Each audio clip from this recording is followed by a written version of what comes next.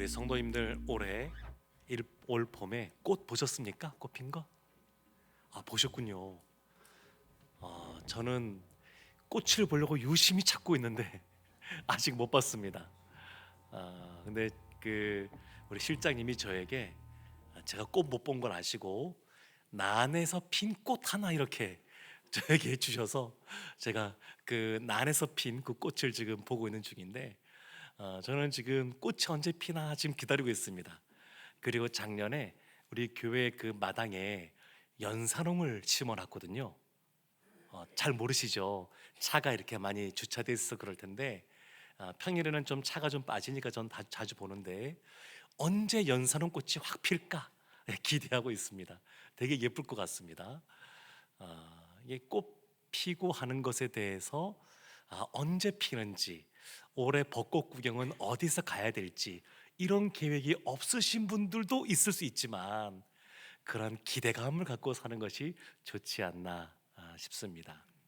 그래서 제가 한번 생각해 봤습니다.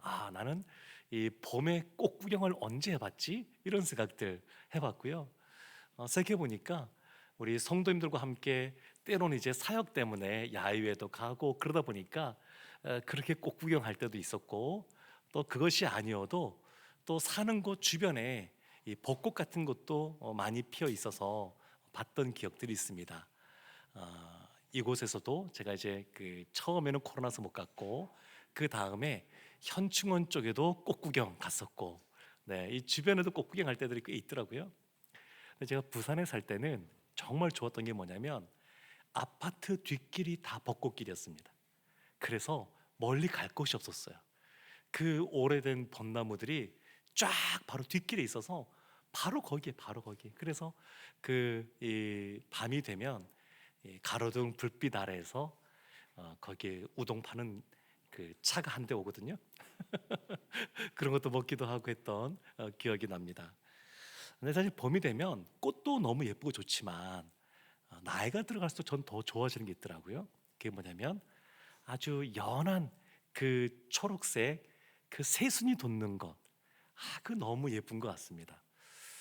예전에도 좋아하긴 했는데 시간이 갈수록 더 좋아지는 것 같습니다. 어쩌면 우리가 새순교회에서 있어서 그런지도 모르겠는데 새순이 너무너무 좋아요. 새로운 싹이 탁 돋는 것 너무너무 좋습니다. 오늘 본문 말씀은 보면 우리 교회 이름이 새순교회인 그 근거가 되는 말씀이 나옵니다. 교회를 설립하신 우리 일대 목사님이 이사야서 11장 1절 말씀, 우리가 오늘 본문을 본 이사야서 11장 1절 말씀에서 새순교회라고 하는 이름을 정했다, 이렇게 지었다는 얘기를 들었습니다. 그래서 오늘 그 내용을 살펴보려고 합니다. 이사야서는 1장부터 12장까지는 크게 보면 북이스라엘과 남쪽 유다의 심판에 대한 내용이 나옵니다. 그렇지만 심판만 나오는 것이 아니라 군데군데 소망이 되는 말씀들이 나옵니다.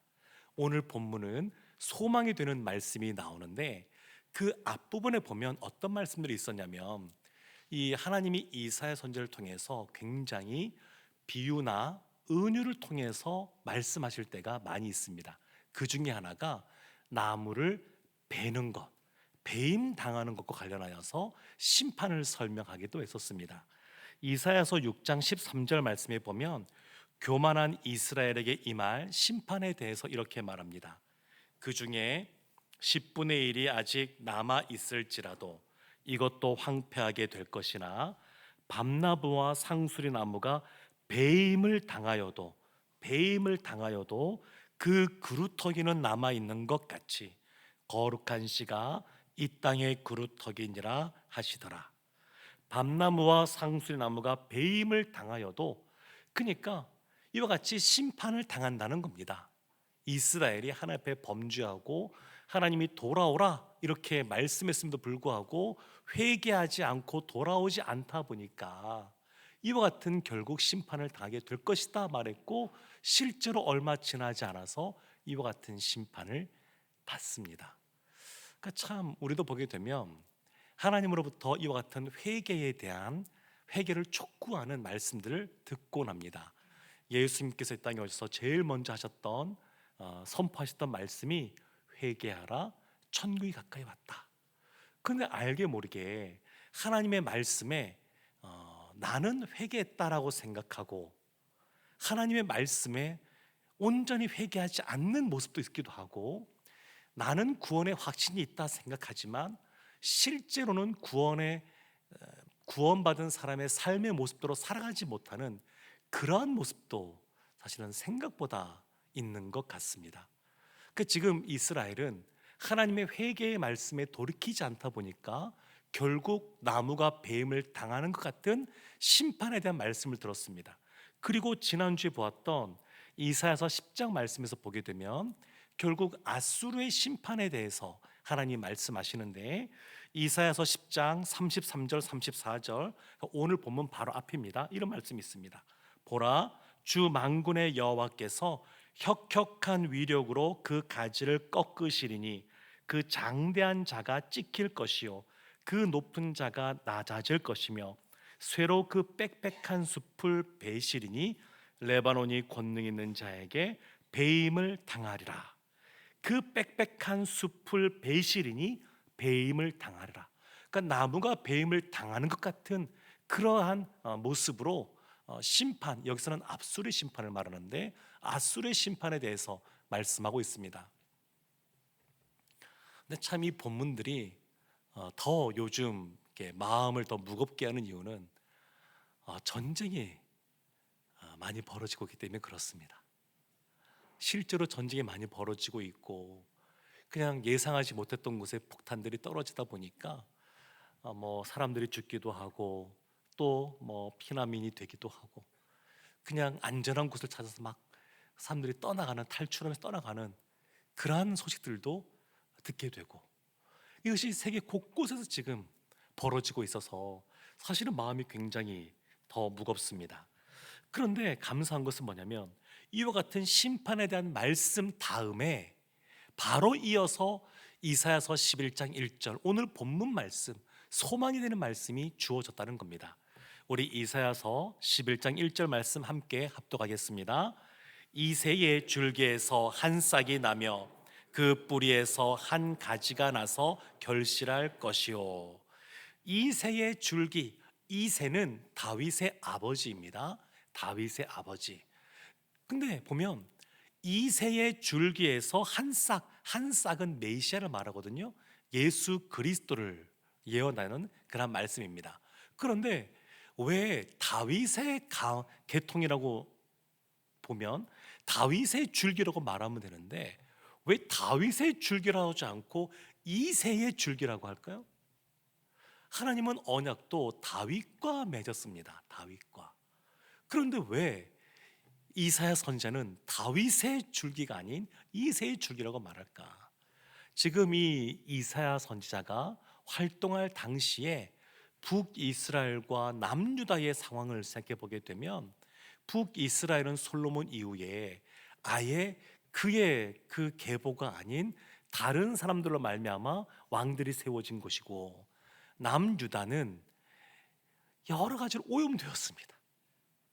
다윗과 같이 하나님 앞에 정직하게 했던 왕이 별로 있지 않았습니다. 그러니까 이 사람들이 지금 살고 있는 그러니까 지금 아하스가 지금 활동하던 당시에 왕으로 있던 당시에 이사야 선지도 활동을 했었으니까 그냥 이런 당시에 보게 되면 하나님을 의지하지 않고 하나님의 보호하심을 거절하고 하나님의 공급하심을 거부했던 그리고 오히려 사람의 계획과 또 여러 가지 재물과 이런 것들을 더 신뢰했던 그와 같은 왕들이 있는 곳이니까 거기서 다윗의 줄기에 이르면 다윗의 왕가의 그 하나님으로부터 멀어진 오염된 그러한 모습을 연상시킬까봐 이사야 선지자가 그 윗도로로 간 겁니다. 그래서 이새의 줄기 이렇게 표현하는 겁니다. 근데 그 이새의 줄기에서 한 싹이 나는 겁니다. 근데 또 독특한 게 뭐냐면 그 뿌리에서 한 줄 가지가 나서 이렇게 표현합니다. 이새의 줄기라고 하는 것은 그의 후손이라는 것 아니겠습니까? 이새의 줄기에서 한 싹이 났다. 그러니까 메시아가 그 다윗 가문의 후손으로 오신다라고 하는 의미인데 그 다음에 바로 무엇이냐면 그 뿌리에서 한 가지가 나서, 뿌리는 근본이 되는 겁니다. 조상을 말하는 겁니다. 이것이 좀 독특하잖아요.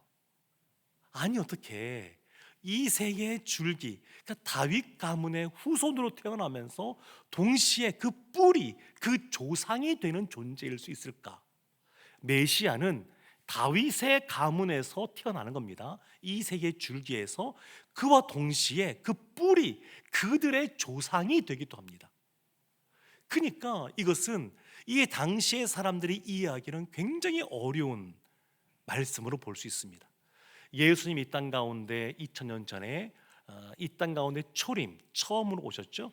그 초림하셨을 때에 그때 많은 사람들이 이런 것을 이해하게 되었죠. 아, 예수님은 다윗의 혈통 가운데 이 땅에 오셨지만, 그러나 진짜 그분은 그들을 만드시고 그들을 시작하게 하신 그와 같은 하나님이시구나라고 하는 것을 그 후대에서야 이것을 온전히 이해하게 됩니다. 그러니까 하나님 말씀은 우리가 대할 때도 마찬가지입니다. 우리가 다 모든 것을 이해하지 못할 때가 있습니다. 그리고 오늘 이 이사야서 말씀 11장 쭉 이어지는 말씀, 본문과 그 뒤에까지 쭉 보게 되면 다 우리가 알지 못하는 내용들이 나옵니다.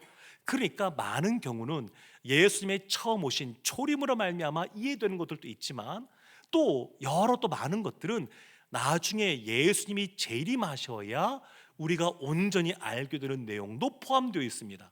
그러니까 이사야 선지자의 이 예언이 단순히 메시아의 초림만 말하는 것이 아니라 나중에 하나님 나라가 완성되고 또 이 땅 가운데 심판이 임할 그 예수 그리스도의 재림 때까지 가야, 그래야 우리가 이 말이 어떤 말인지 온전하게 이해하게 되는 그런 말씀입니다.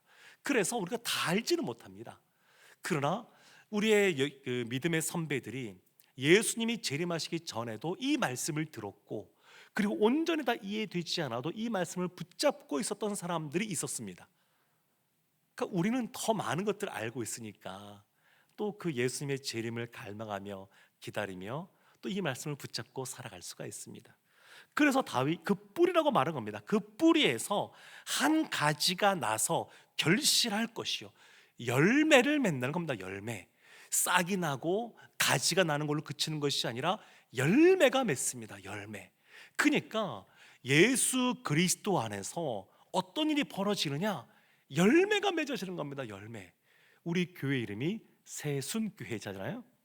우리 교회가 어떤 교회가 되냐면, 첫 번째, 예수 그리스도로 충만한 교회. 예수 그리스도가 처음이자 마지막이 되는 그러한 교회. 그러니까 예수 그리스도 안에서 열매를 맺는, 결실을 맺는 그런 교회, 그런 교회가 되고자 그것을 꿈꾸면서 이 교회 이름을 정했을 겁니다. 이 말씀을 놓고 보면, 그러면 이와 같은 그러한 이세의 줄기에서 싹이 나고 한 가지가 나게 되는데, 그러면 그 내용이 어떻게 이어지냐면 2절 말씀이 이렇게 이어집니다. 2절 말씀 우리 함께 합독하겠습니다. 그의 위에 여호와의 영 곧 지혜와 총명의 영이요 모략과 재능의 영이요 지식과 여호와를 경외하는 영이 강림하시리니. 그의 위에, 그 바로 예수 그리스도를 말하죠. 그 메시아 위에 여호와의 영이 강림하신대요. 여호와의 영은 성령님을 말합니다. 그러니까 예수 그리스도 위에 성령님이 강림하신대요. 그리고 그 여호와의 영을 뭐라고 또 표현하고 있냐면, 지혜의 영, 총명의 영, 모략의 영, 재능의 영, 지식의 영, 여호와를 경외하는 영, 7가지로 설명하고 있습니다. 7영이란 뜻이 아니고요, 다 이것은 성령님을 말하는 건데, 성령님을 이와 같이 7가지 표현으로 이렇게 묘사하고 있는 겁니다.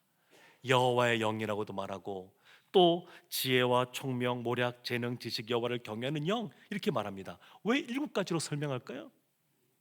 성경은 7이라는 숫자를 완전수로 봅니다. 그래서 의도적으로 7이라는 숫자에 맞출 때가 굉장히 많이 있습니다. 그래서 이것은 그냥 7가지라는 것이 아니라 이것이 완전하다는 거예요. 완전하다고 하는 것. 성령님이, 완전하신 성령님이 그 예수 그리스도, 그 메시아 위에 강림하셨다는 겁니다. 이것을 우리가 어디에서 볼 수 있냐면, 예수님이 세례 요한이 베푸는 물 세례를 받으실 때 하늘 문이 열리고 성령이 임하지 않습니까? 다 예언된 말씀이 성취되는 겁니다.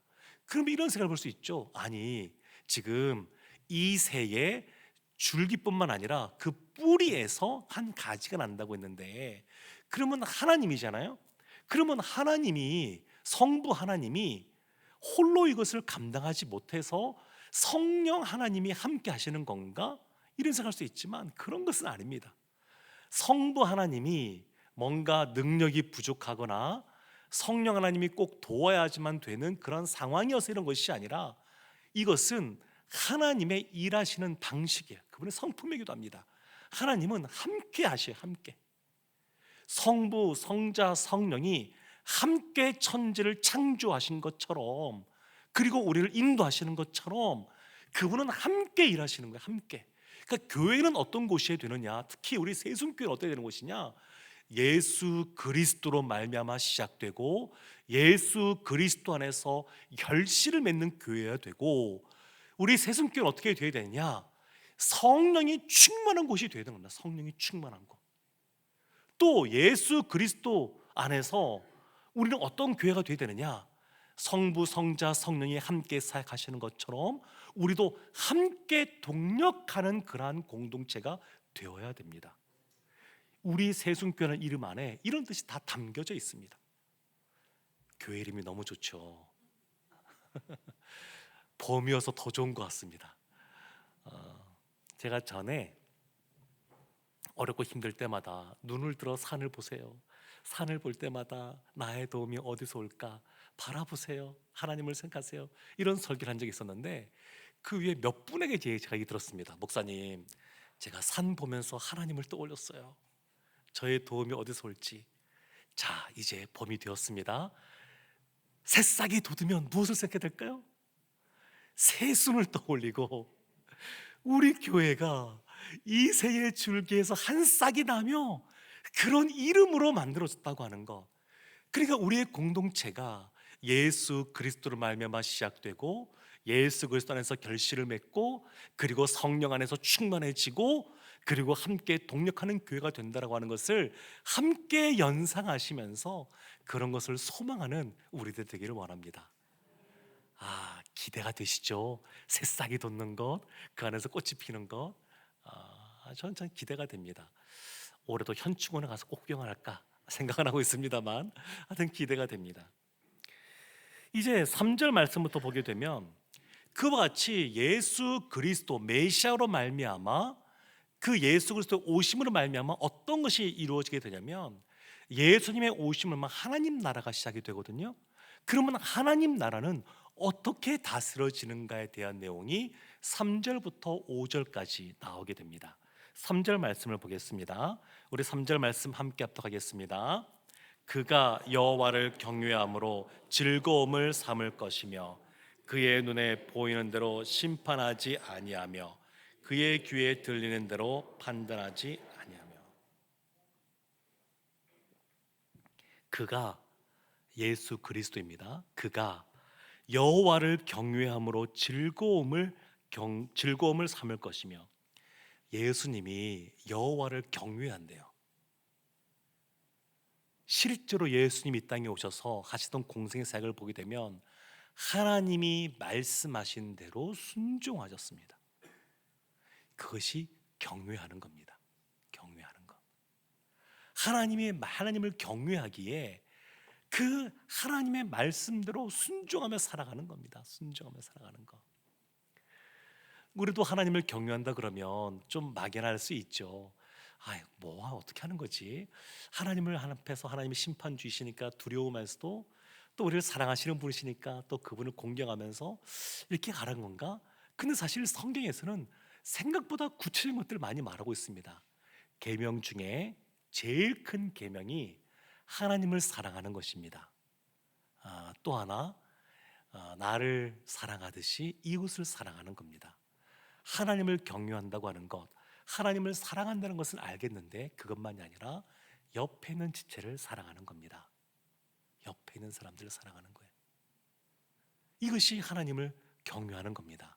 그런데 이 하나님을 경외하는 것을 즐거움으로 삼는다 이렇게 말씀하십니다. 그러면서 그의 눈에 보이는 대로 심판하지 않고 귀에 들리는 대로 판단하지 아니한다. 우리는 보면 눈에 보이는 대로 보는 것 같지만 사실은 잘 그렇게 못합니다. 귀에 들리는 대로 듣는 것 같지만 사실은 잘 못합니다. 우리는 어떻게 하냐면 내가 보고 싶은 대로 보는 경향이 많고요, 듣고 싶은 것만 듣는 경향이 많습니다. 그래서 그냥 이렇게 옆에 있는 사람과 얘기했지만 시간 지난 다음에 얘기해 보면 전혀 다르게 이야기하는 경우들도 보게 되지 않습니까? 우리는 그래요. 우리는 그렇지만 예수님은 어떠하시냐? 우리보다 더 높으신 분이고 뛰어나신 분이어서 있는 그대로 보시는 것을 넘어서서 그 중심을 보시고, 우리는 어떤 것이 옳은지 그른지 판단하기 어렵지만 예수님은 그것을 정확하게 판단하신 분이라는 겁니다. 우리는 보면 한 사람 얘기만 들으면 이 옆에 있는 이 사람이 진짜 나쁜 사람 같아요. 근데 이 사람 얘기 들으면 또 다른 상황이 펼쳐집니다. 그래서 판단하는데도 판사로 있는 분들도 확실하게 판단을 못하니까 1심 재판만 하는 것이 아니라 2심도 있고 3심도 있고 이제는 헌법소원까지 할 수 있다 그러니까 여러 가지 이제 그런 것들을 절차를 밟아가는 것 아니겠습니까? 그럼에도 불구하고 잘못 재판할 때가 또 있습니다. 근데 예수님은 그렇지가 않습니다. 예수님은 정확하게 판단하시는 분이십니다. 그런데 그것을 어떤 식으로 표현할 수 있냐면 여호와를 경외함으로 판단하시고 심판하신다. 그러니까 우리의 시선은 다를 수 있지만 하나님의 시각으로 바라보면 모든 것이 정확하게 드러납니다.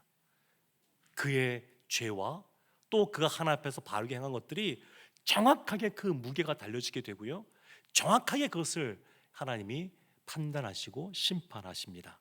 그래서 4절 말씀에 보면 하나님 나라, 그리스도가 다스리는 하나님 나라는 공의로 다스려진다는 것을 말합니다. 우리 4절 말씀 함께 합독하겠습니다.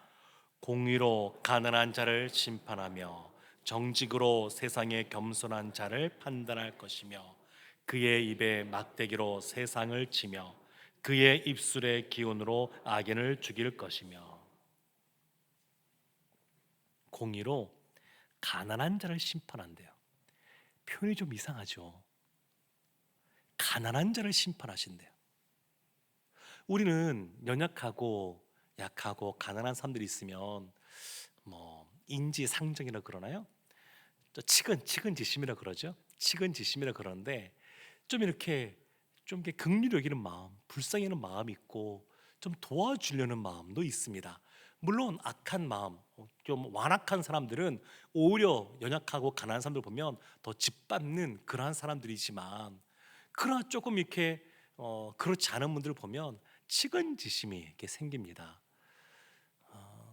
이번 주에도 제가 그런 또 소식을 들었어요. 지금 이제 중동의 전쟁이 발발하면서 난민들이 지금 많이 발생하고 있답니다. 지금 그 기사에는 많이 나오고 있지 않지만 레바논에도 굉장히 지금 많은 난민들이 발생하고 있고요. 그전에도 시리아 난민들이 레바논으로 많이 넘어갔었는데 지금 헤즈볼라 또 관련하여서 이스라엘에서 공격할 뿐만 아니라 또 밀고 가기도 한다 하니까 그 안에서도 난민들이 많이 지금 발생하고 있다고 그럽니다. 거기만 그렇겠습니까? 지금 걸프만 있는 나라들도 그렇고 지금 이란도 그렇고 여러 가지로 지금 사람들이 참 쉽지 않은 그런 상황입니다. 그럼 이런 생각할 수 있죠. 그러면 그들을 심판하신다는 겁니까? 이런 질문 던질 수 있죠.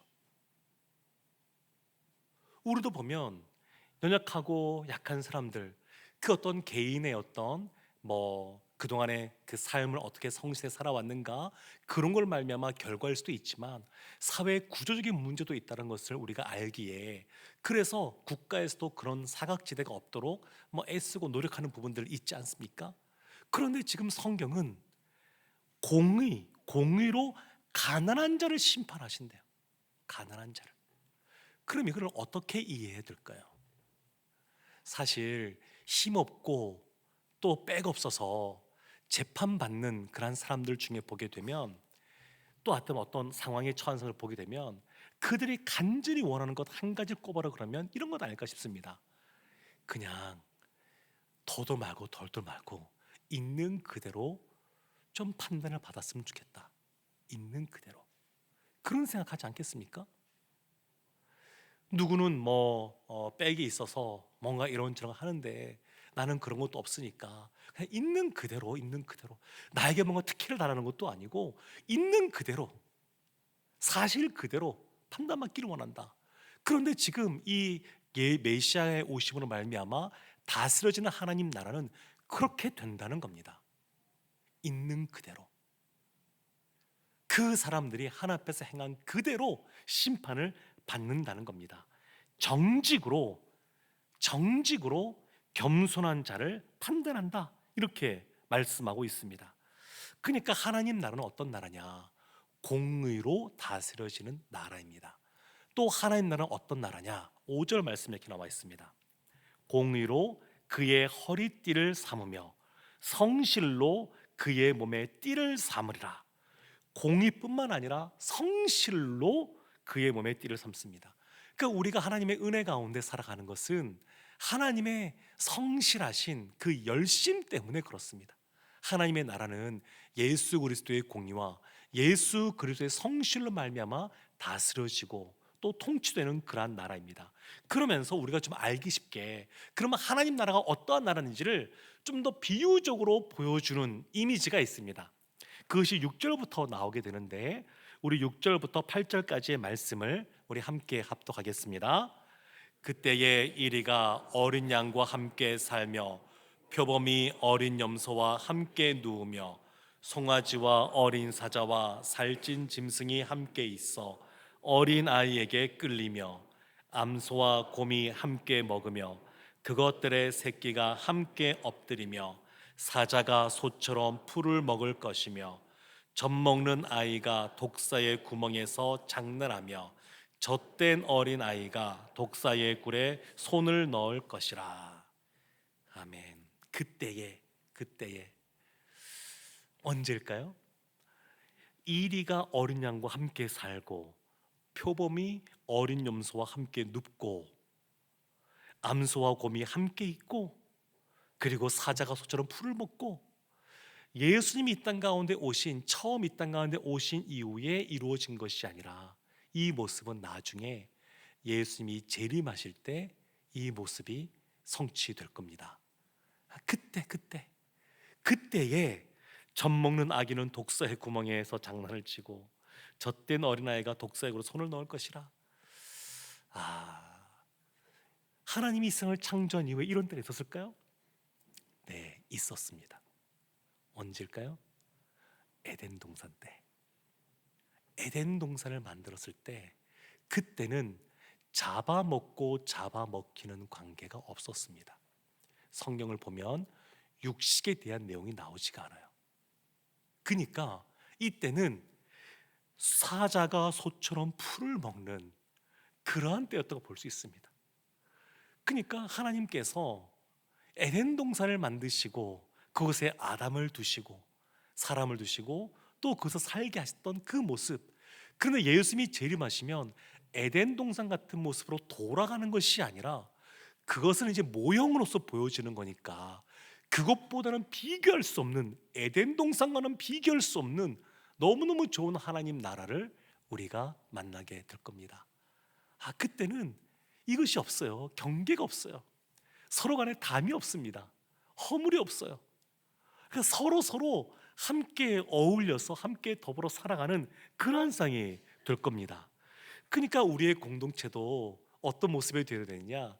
하나님 나라를 경험하고 맛볼 수 있도록 허락하신 공동체가 하나가 가정이고 하나가 교회인데, 그 우리 교회도 잡아먹고 잡아먹히는 그런 모습이 있어서는 안 되고 서로 용납해주고 서로 사랑하는 그러한 모습으로 살아갈 때 우리가 이 교회에서 하나님 나라를 맛보며, 미리 맛보며 살아갈 수가 있습니다. 그러면서 9절 말씀에 그 나라를 이렇게 또 설명합니다. 내 거룩한 산 모든 곳에서 해됨도 없고 상함도 없을 것이니 이는 물이 바다를 덮음같이 여호와를 아는 지식이 세상에 충만할 것임이라. 아멘. 여호와를 아는 지식이 세상에 충만하여진대요. 그러니까 교회는 어떤 일을 하는 곳이냐면 이 세상 가운데 여호와를 아는 지식이 충만케 하는 사명을 받은 곳이 교회입니다. 하나님 나라는 여호와를 아는 지식이 충만케 되는 그러한 곳입니다. 그리고 나서 9절 이후에 보면 이제 하나님께서 우리에게 소망이 되는 말씀을 이어서 계속 하시는데 10절 말씀이 이렇게 말씀이 이어집니다. 우리 10절 말씀 함께 합독하겠습니다. 그날에 이새의 뿌리에서 한 싹이 나서 만민의 기치로 설 것이요 열방이 그에게로 돌아오리니 그가 거한 곳이 영화로우리라. 아멘. 결국엔 그날에 이새의 뿔에서 한 싹 메시아 예수 그리스도로 말미암아 열방이 돌아온대요. 열방이 돌아온다고 합니다. 그러니까 마지막 때는 보면 열방이 하나님께로 돌아오게 되어 있습니다. 그리고 11절 말씀에도 이렇게 이어집니다. 그날에 주께서 다시 그의 손을 펴사 그의 남은 백성을 아수르와 애국과 바드로스와 구스와 엘람과 시날과 하맛과 바다 섬들에서 돌아오게 하실 것이라. 그 남은 백성도 돌아오게 하신다. 이렇게 말씀하고 있습니다.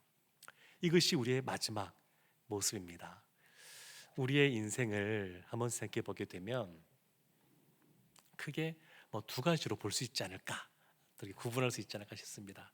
찬송가 338장에 보면 이런 찬양이 있죠. 내 주를 가까이 하게 함은 십자가 짐 같은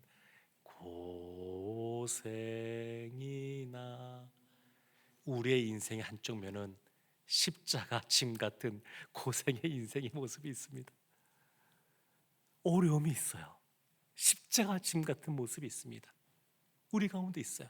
그렇지만 또 한쪽에는 어떤 모습이냐면 찬송가 430장에 제가 좋아하는 찬송인데 이런 찬송이 있습니다. 주와 같이 길 가는 것 즐거운 일 아닌가. 주와 함께 길 가는 즐거운 삶이 있습니다. 우리 성도님들은 어떤 삶 살고 싶으세요? 십자가 짐 같은 고생 같은 삶을 살고 싶으세요? 아니면 주와 함께 길 가는 즐거운 삶을 살고 싶으세요? 저는 후자입니다. 저는 즐겁게 살고 싶습니다. 즐겁게. 우리 성도들도 비슷하지 않을까 싶습니다. 근데 우리 삶 속에 두 가지 모습이 다 있어요. 그렇지만 우리가 우리의 어떠함이 아니라 하나님의 열심이 우리를 예수 그리스도 안에서 성령 충만하게 하십니다. 그리고 하나님의 열심이 공의와 성실로 다스려지는 하나님 나라에서 담이 사라지고 참된 공동체를 경험하게 합니다. 그래서 우리에게 소망이 있습니다. 절망 같은 상황 속에서도 지금 그 절망 같은 상황 속에서 세순이 돋아날 것에 대해서 이사야 선지자를 통해서 말씀하고 있는 것처럼 우리의 삶에는 그 예수 그리스도를 말미암아 소망이 있습니다.